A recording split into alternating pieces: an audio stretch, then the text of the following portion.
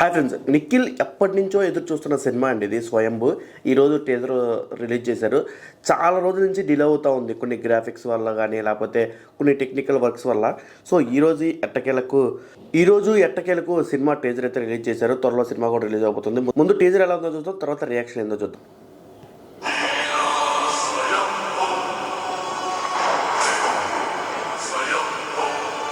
సాక్షాత్తు ఆ సదాశివుడే దిగి వచ్చి శ్రీరాముడికి అందించిన ఈ సింగూరికి కూడా అరణ్యవాసమా,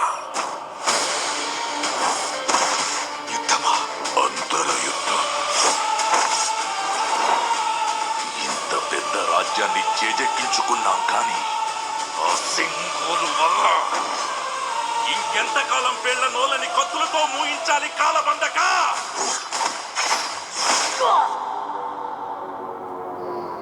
కాలం కత్తై దూస్తే కాపాడే కవచం ఒకటి కావాలి కదా.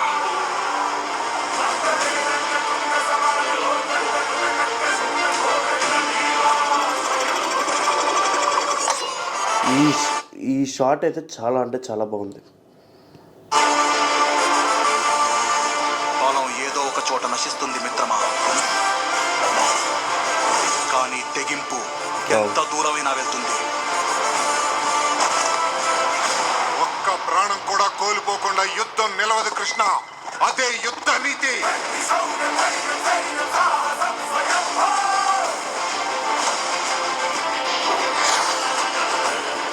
ఒక వ్యక్తే కదా అని వదులుకుంటే ఆ ఇంటిని, ఒక ఇల్లే కదా అని వదులుకుంటే ఆ గ్రామాన్ని, ఒక గ్రామమే కదా అని వదులుకుంటే ఆ రాజ్యాన్ని వదులుకోవాల్సి వస్తుంది.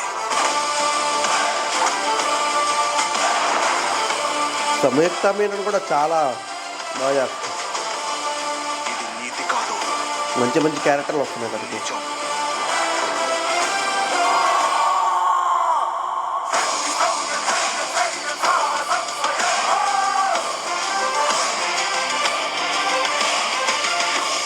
పాన్ ఇండియా సినిమా మనందరికీ తెలిసిందే. ఇప్పుడు ప్రతి ఒక్క సినిమా పాన్ ఇండియా సినిమా చేస్తున్నారు.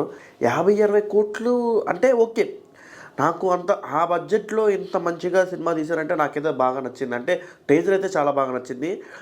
రిఫరెన్సెస్ కొన్ని ఉన్నాయండి, చాలా సినిమాల్లో ఉన్నాయి. నాకు అంటే పీరియాడిక్ సినిమాల్లో ఎక్కడైనా సరే ఇలానే ఉంటుంది నాకు తెలిసి. అంటే మనం ఏమనుకుంటామంటే అక్కడ ఆ సినిమాలో ఉంది, ఇక్కడ ఈ సినిమాలో ఉంది అనుకుంటాం, కానీ బట్ యుద్ధాన్ని చూపించే లోపల ఎక్కడైనా సరే ఒకేలా చూపిస్తారు. యుద్ధాన్ని 2-3 రకాలుగా చూపించారు కదా. ఈవెన్ బాహుబలి సినిమా చూసినా, మీరు మగధీర సినిమా చూసినా, హాలీవుడ్ సినిమాలు కాపీగానే ఉంటుంది ఏదో కొన్ని సీన్లు. సో ఇప్పుడు మనం ఏమంటామంటే ఇందులో కొన్ని సీన్లు రాజమౌళి తీసి, ఇందులో క్యాస్ట్ వచ్చేసి సంయుక్త మీనన్, నిఖిల్ సిద్ధార్థ, నభా నటేష్, సునీల్, సుబ్బరాజు, సత్య గారు. Written director by Bharat Krishnamachari. Music director వచ్చేసి రవి బొసూర్, ఇతను చాలా మంచి composer. Cinematography K K Senthil, pan India cameraman. So ఆయన గురించి చెప్పాల్సిన అవసరం లేదు.